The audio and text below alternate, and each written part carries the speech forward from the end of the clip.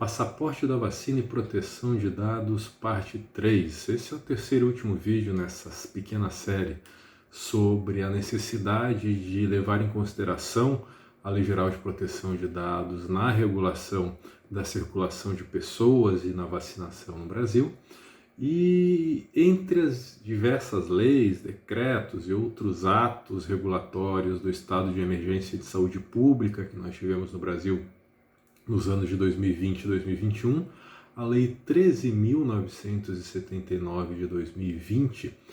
traz as medidas que podem ser adotadas para proteger a coletividade e enfrentar as situações causadas pelo coronavírus, responsável pelo surto que ocorreu no Brasil e em todo o mundo a partir do final do ano de 2019. De forma exemplificativa, ou seja, sem excluir a possibilidade de aplicação de outras medidas, o artigo 3º da Lei 13.979 traz as medidas de isolamento, quarentena e a realização compulsória de exames médicos, testes laboratoriais, coleta de amostras clínicas, tratamentos médicos específicos e a vacinação, ou seja, prevê a possibilidade, entre outras medidas, da vacinação compulsória como uma das formas de combater a pandemia causada pela Covid-19. Sobre esse assunto também, em dezembro de 2020, o Supremo Tribunal Federal julgou as ações diretas de inconstitucionalidade, as ADIs 6586 e 6587, e também o agravo em recurso extraordinário 1267879, que teve repercussão geral reconhecida e foi afetado ao tema 1103, e nessas três ações julgadas em conjunto no final de 2020, houve o questionamento de regras da Lei 13.979, inclusive aquelas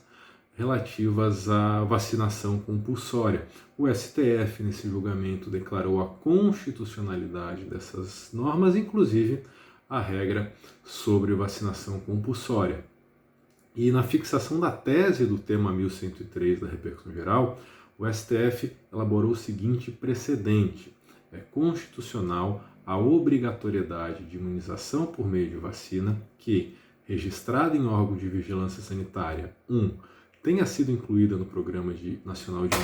Imunizações, melhor dizendo, ou 2. tenha sua aplicação obrigatória determinada em lei, ou 3. seja objeto de determinação da União, de Estado, Distrito Federal ou município, com base em consenso médico-científico. Em tais casos, não se caracteriza a violação à liberdade de consciência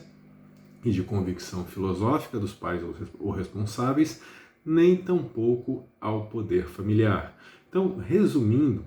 o STF decidiu que a vacinação pode ser compulsória, mas não pode ser forçada, ou seja, não é possível a adoção de medidas invasivas de obrigar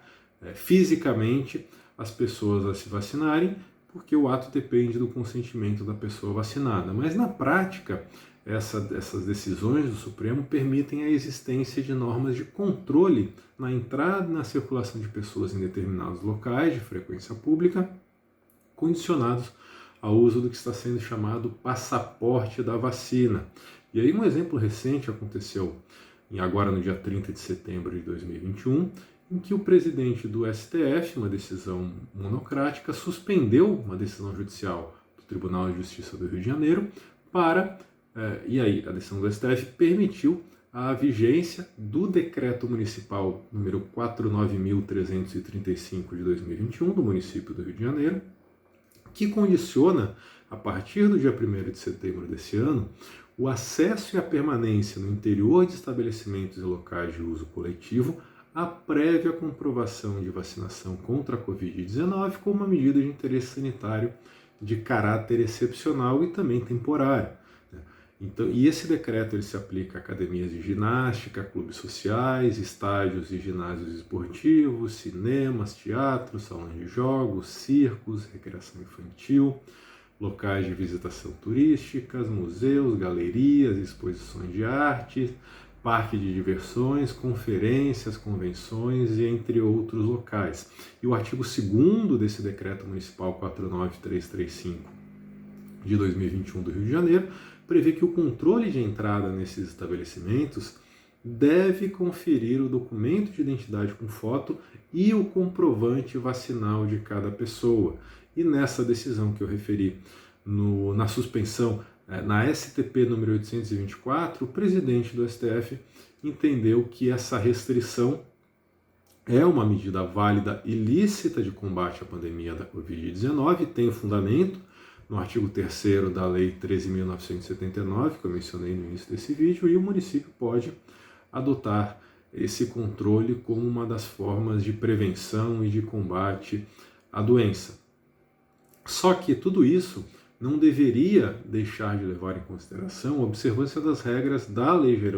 Geral de Proteção de Dados, a LGPD, especialmente na verificação dos dados pessoais da pessoa vacinada, porque os dados relativos à saúde são sempre dados pessoais sensíveis, independentemente do contexto e da finalidade do tratamento, de acordo com o artigo 5º, inciso 2º da LGPD. Então, a verificação de documentos e comprovantes de vacinação para controlar a entrada e a permanência da pessoa em locais de circulação pública ou de frequência coletiva, também deveria observar o princípio da necessidade, que está lá no artigo 6º, inciso 3º da LGPD, que também é conhecido